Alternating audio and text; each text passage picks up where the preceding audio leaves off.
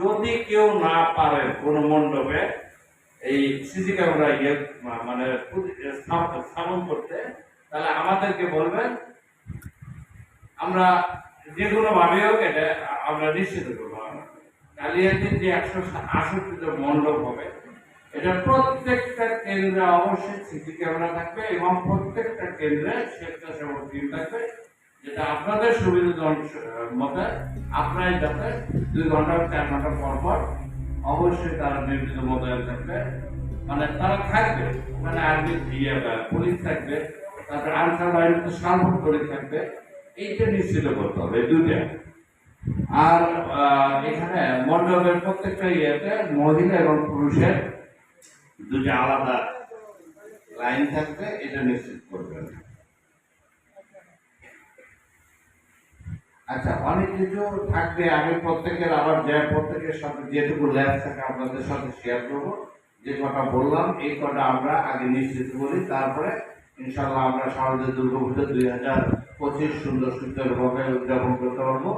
প্রত্যেকটা মণ্ডপে আমি থাকবো, আমাদের পাশে আছেন, আমাদের কিছু গুরুত্বপূর্ণ নাম্বার দেওয়া থাকবে আপনাদের ব্যানার আকারে। আমরা একটা মডেল তৈরি করেছি, প্রত্যেকে পেয়ে যাবেন।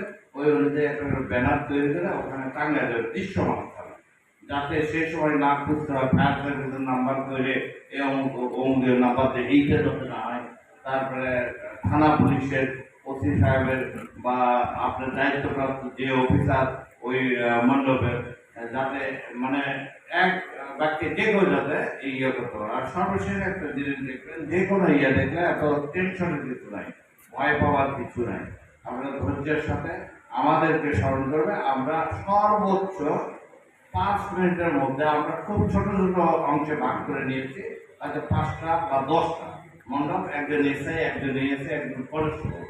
এটা আমাদের পুলিশ সুপার মহোদয়ের নির্দেশে করা হয়েছে। সর্বোচ্চ 10টা মণ্ডপ, অর্থাৎ 5 মিনিটের মধ্যে যাতে কোনো ঘটনা ঘটলে আমরা সেখানে উপস্থিত করতে পারি, এটা আমরা নিশ্চিত করবো।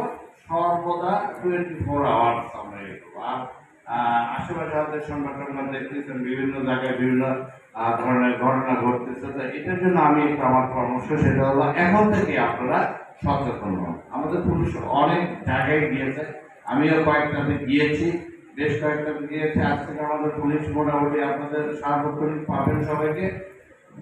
তো এগুলোই আরো কথা হবে।